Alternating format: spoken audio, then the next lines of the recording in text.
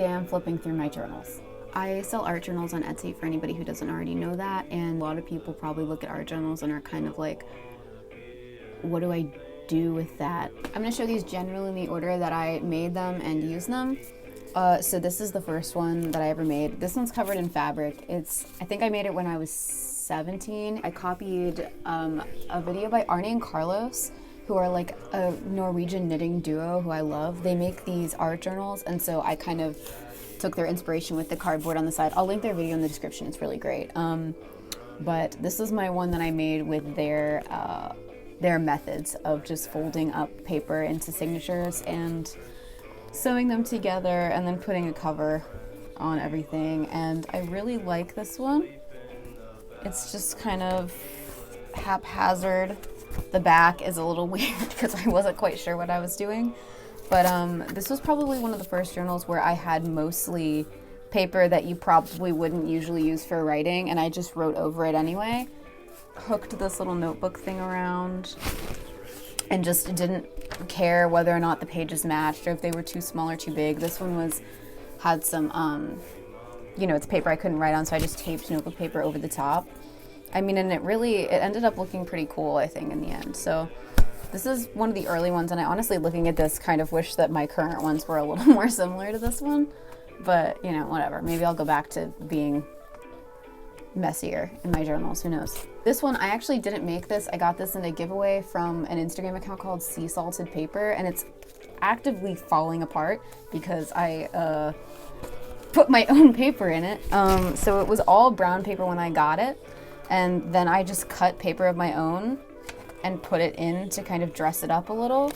I'm gonna hold this so that it doesn't come apart, dear God. All right, so I would hold it here and then put in another little paper. There goes a postcard, just all kinds of stuff. I just stuck it in there to make it a little easier to, I don't know, it didn't make it easier to do anything. I personally loved this one.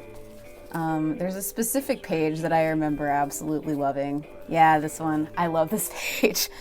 This is a piece of tape I got off the ground at an art show my mom and I did that marked our booth number. And at the end of the day, the people were like, please, can you guys pick up the tape off the ground, even though we didn't put it there? So I remember going back to grab the tape. It was 100 degrees out, and we got in the box truck. My mom was like, we forgot the tape. You gotta go get the tape. And I was like, oh, okay. So I ran out and got it, and then I was like, I'm keeping this, and it looks so cool. So I think I'm gonna bring stuff like that back, taking little pieces of crap from my day and just sticking them in here. Because honestly, looking at that, I'm like, oh yeah, I remember that. I would have forgotten it otherwise. So there's number 2. Third one, this is the first one I Coptic bound, and you can see it's totally, I mean, it is a messy girl. She's not holding it together. I put song lyrics of my favorite song at the time on here because I felt like I hadn't done enough cringy things in college yet, so I wanted to make that different, etc. Postcards, paper bags, all kinds of stuff.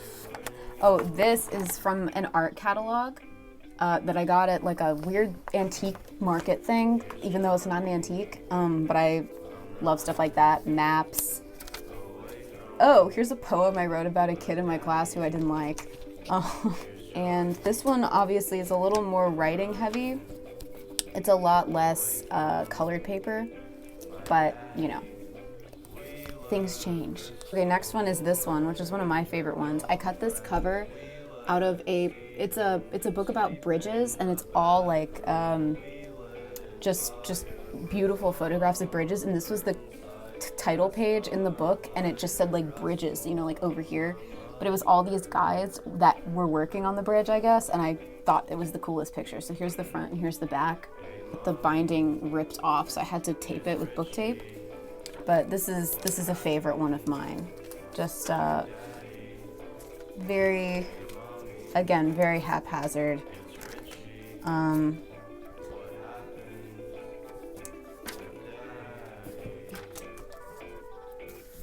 Oops. Oh, what's that? Just general messy things. Here's what we got. All right, next one. Same thing, same Coptic binding, but this time I color coordinated the edges, so I wanted it to be a red pattern paper, yellow pattern paper, red pattern paper, yellow pattern paper. Say that 5 times fast, honestly. So that's why we have this kind of look. And this, again, a magazine page that I just wrote over the top of. This is from an old book I found in the storage room of my parents' house. A Panera bag, which Panera bags look so cool in here, the dark brown. This one I made out of a Trader Joe's chocolate box. Very much smaller, but still highly usable. I forget about this one though. Oh, this is decorated with letters from a scam scholarship company. And yeah, this one's mostly writing, I think. But even on this one, like, you can see the scholarship paper, and then I just wrote, like, in the margins of it. So you can totally... Oh, dear God. This is a cringy one. Yipes. All right, well, we're going to move on. This was, like, my favorite thing ever when I was writing in it. So this is a Panera receipt. My name is Natalie, spelled N-A-T-A-L-I-E, and they spelled it N-A-T-A-I-L-E, Natale, which made me laugh. Another song lyric here. And this came from a magazine called Flaunt, this cover page, and I just thought it was super pretty. So I cut it out and used the Arne+Carlos method again on the sides. Although I think I Coptic bound the inside, but have a little, whoops, another paper. Yeah, this one I remember I really liked just because it was so much bigger. Trader Joe's bag, obviously, a green paper that I still wrote over the top of. This is from a New York Times ad that I just thought it looked so cool in here. Ads. Flow paper. One of my favorite concerts I've been to. That's my favorite taco place. God, this is so fun to look through. This is a picture I was gonna send. It doesn't matter. It's a picture of my cat in our garage with Christmas lights hanging up. Anyway, this is one of my favorite ones. And then last one, which fell on the floor. Oh, last 3. I made this out of an art catalog paper as well. I don't remember whose art it is, which is depressing. This is a sticker I got from Stay Home Club, just in the mail when I bought socks. So thanks, guys. But yeah, this one's a lot more plain. It's a lot less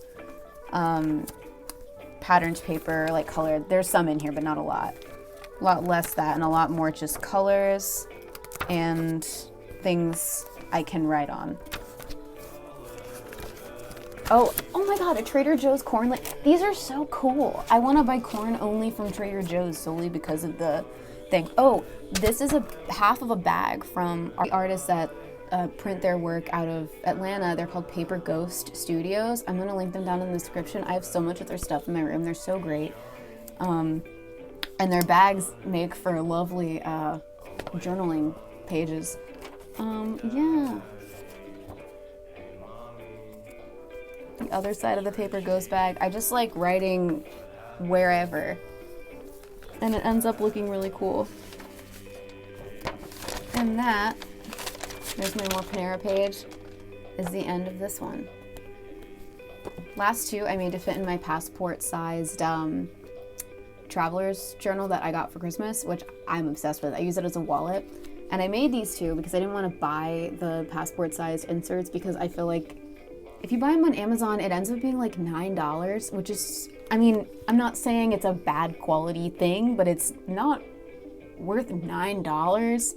So especially, I mean, I have plenty of paper to reuse, so I just made my own.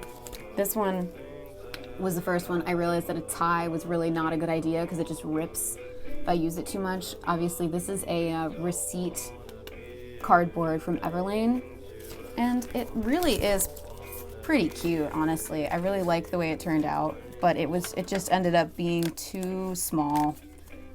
Even when I used like both pages together, it was just too little.